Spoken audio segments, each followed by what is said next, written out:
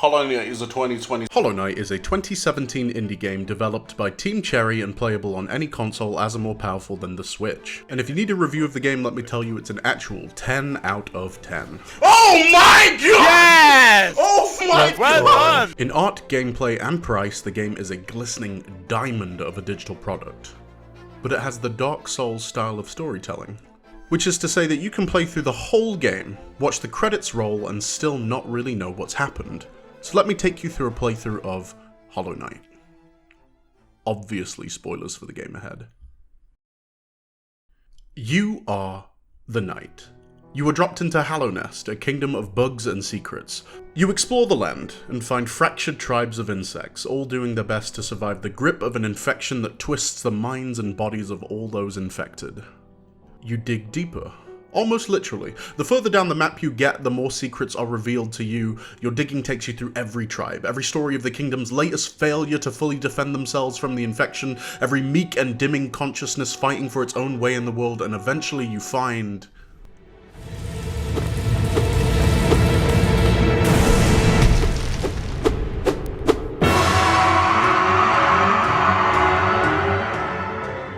the Hollow Knight. The Hollow Knight is exactly that. A hollow sentinel in service to a monarchy.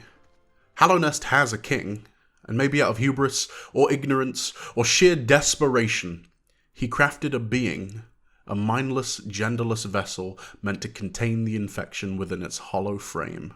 But, as evidenced by all the offending orange everywhere, time ate away at the Hollow Knight, and now it's no longer fit for purpose. You are its replacement. It's a sad sight. The Hollow Knight can be seen stabbing at itself, desperate for what's inside to be on the outside. It's bursting at the seams. The Knight is an old, lame workhorse, so you put him down.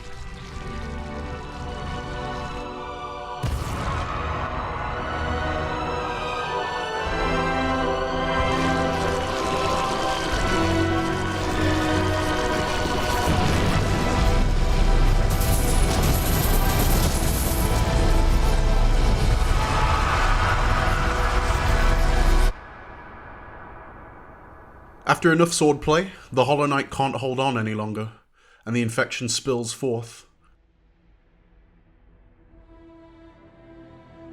The arena in which you fight, the Black Egg Temple, knows exactly what has taken place. You have succeeded the Hollow Knight in both aptitude and duty. You house the infection now. This is your final post. You are the Hollow Knight.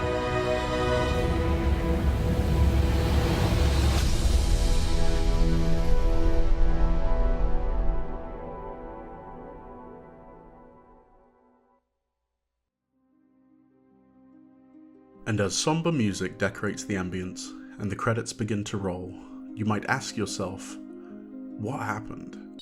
Okay, so I'm gonna explain, but first, we've got to talk about the fundamentals of this world, and not like fucking basketball fundamentals, like, we're talking time, space, and gravity kind of fundamentals. Hollow Knight is a story about godhood. It's about the ascension of the meek to higher understanding and hence higher power, and the desperation of those ascended few clinging to that power. In the world of Hollow Knight, every being is made up of a combination of three ephemeral components: soul, void, and essence. Soul is white, and the significance of that is that so are so many of the ascended beings. They're all white. And here is the main man of soul himself, the Pale King. His arrival in Hallow is what gave many of the bugs sentience. His ascension granted some level of ascension for all that his light touched, and with some evidence that I'll bring up later, it can be inferred that he has an impossibly large wellspring of soul. Now, if you'll forgive me for... Guys, I'm just going to read from Wikipedia, just, you know. Soul is a life force that animates most creatures in Hallow. It can be found in the air itself. Mechanically, soul is a resource that your player character can use to both cast spells and heal any damage, but what I need to point out is that your aptitude for manipulating soul does not appear to be an accident. It's basically your birthright. When the Pale King's reign was threatened by outside forces, they took drastic measures. Viewer, prostrate yourself. You are now in the presence of the White Lady. Little is known about the origins of this higher being. Nothing to tell us if her current form is the result of some divine ascension, or if she's just always been that way. But in Hallownest, she is the root, and she is godly. So, to go back to those desperate measures that I mentioned, the Pale King and the White Lady bore thousands and thousands of children. The Pale King took these children, likely still as unborn larvae, and united them with the Abyss, an unfathomably colossal mess of void situated at the deepest point of the kingdom. His children would be empty vessels born of God and void. Void is the opposite of soul. It is unchained, unintelligent, raw power. Imagine acid or fire or gravity, a quashing, writhing, unfeeling darkness that lashes out mindlessly into the world around it. In canon, bugs who worshipped the void were said to have turned their backs on the lords to worship power itself. Void is in opposition to gods, which would prove important since you're being expected to contain a god. You, the player character, are a discarded vessel. Your entire birth was one of what were considered many failed attempts to create a vessel to contain a rival god. A rival god who crept their influence into the minds of an unsuspecting, sleeping populace. We've covered 2 out of 3 of the ephemeral components I mentioned earlier. If these 3 elements were to be simplified, I think soul and void could be described as life and power respectively, but the third one, essence, I would describe as unconsciousness. This one is a lot less tangible than the other 2, more elusive in its origin, and in Hallownest there is a tribe that has a historic connection with essence, the Moth tribe, a race born from a god of light, and as such they would give worship to that same god. Or they did, until the Pale King ascended some of their consciousness. Essence is what dreams and memories are made of, the invisible veil between the waking and the restful, and the Moth tribe were especially talented at connecting to and eventually manipulating this veil. And as such, when they turned their back on the god that birthed them, the god turned wrathful, not only just to the Moth tribe, but to all its light could reach. First it would invade their dreams, and eventually their blood. So for a time life was simple. The miners mined, smiths smithed, and the citizens lived and worked. And then when the day was done, and Hallow Night collectively retired for the night, in their dreams they saw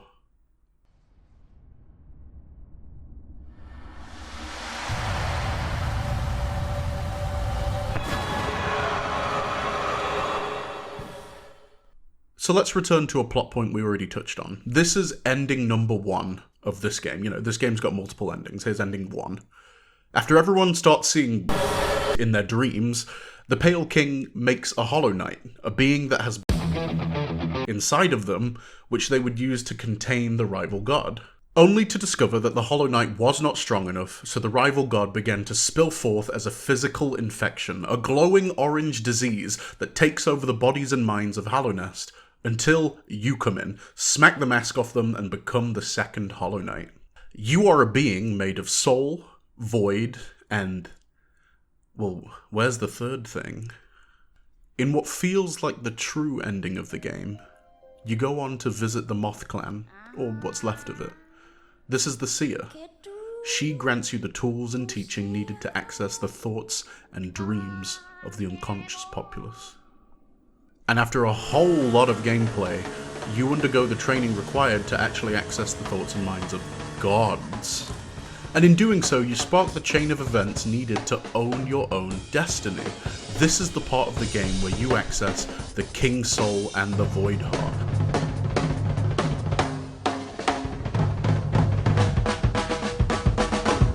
Viewer, this video was meant to be one in a series of many where I was going to touch on exactly what you can see on screen right now, black and white objects. We will talk about this again. That being said though, let's carry on.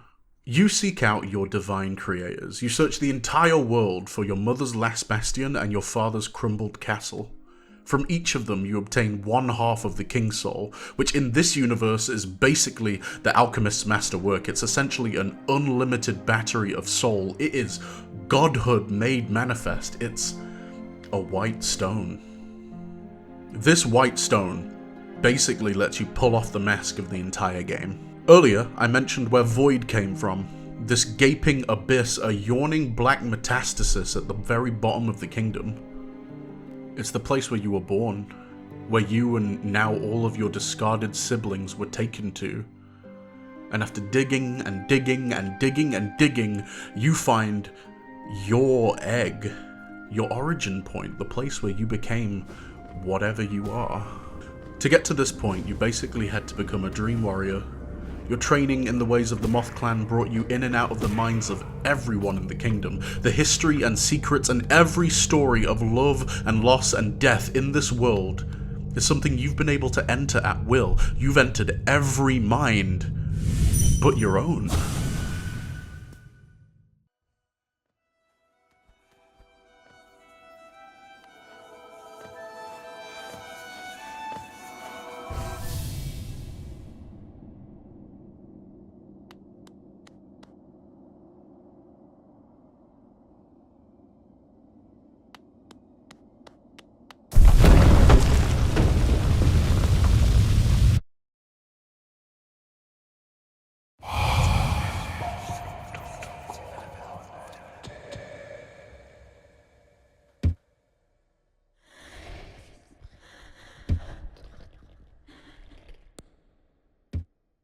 The King Soul changes, and you obtain the Void Heart, the ultimate god-killing weapon.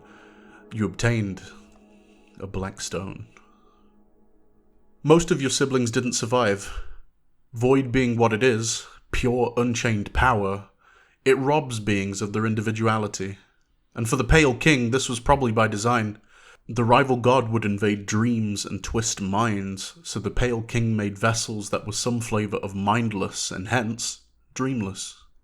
The void-born children were by design cavities with void in place of any kind of personhood, raw power in place of where a soul might rest. But judging by the overwhelming number of cracked masks littering the abyss, most of the vessels were probably not up to scratch. You and the Hollow Knight, however, at least at some point, were crackless. This is the truth of your birth, and the truth sets you free. The significance that the Void Heart carries cannot be understated. Narrative-wise, it signifies a much deeper understanding you have of the fundamentals of this world. But when discussing power in the Hollow Knight universe, and how power interacts with soul, void, and essence, Void typically has this big nerf to it. It will grant you strength, it's the strongest thing in the universe, but what it lacks is any kind of focus. When you first enter the abyss, tendrils of void can be seen lashing out at you, pure power making its way into the world the only way it knows how. But after obtaining the Void Heart, the abyss is as gentle as water. All of that power has been unified for a single purpose, your purpose. You own the power inside of you, and hence you own the decisions you make going forwards. You're not really a mindless vessel anymore. It might not look like it, but in this moment, when you obtain the Void Heart, you become a god in your own right. So let's lay out some facts. The infection you want to conquer is coming from a god that exists in people's dreams. You have both the ability to enter dreams, and you have this concentration of anti-god energy within you. So you don't go and contain a god, you kill it! Now when you go to take on the Hollow Knight, your half-sister steps in with a quick assist. You enter the Hollow Knight's dream and confront the bright white that everyone has been seeing. You encounter the Radiance.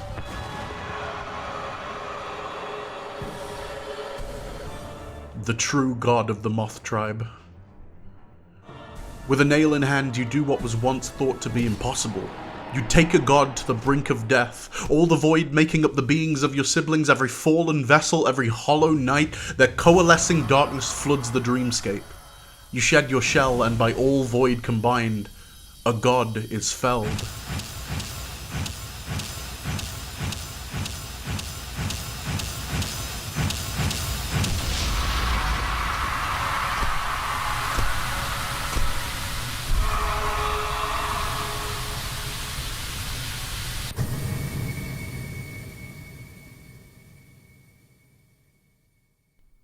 Earlier, I said that Hollow Knight is a game about godhood and ascension, and while you do finish the game having obtained a godlike power, I think your personal ascension is less about becoming a god and more about understanding the fallibility of those same gods.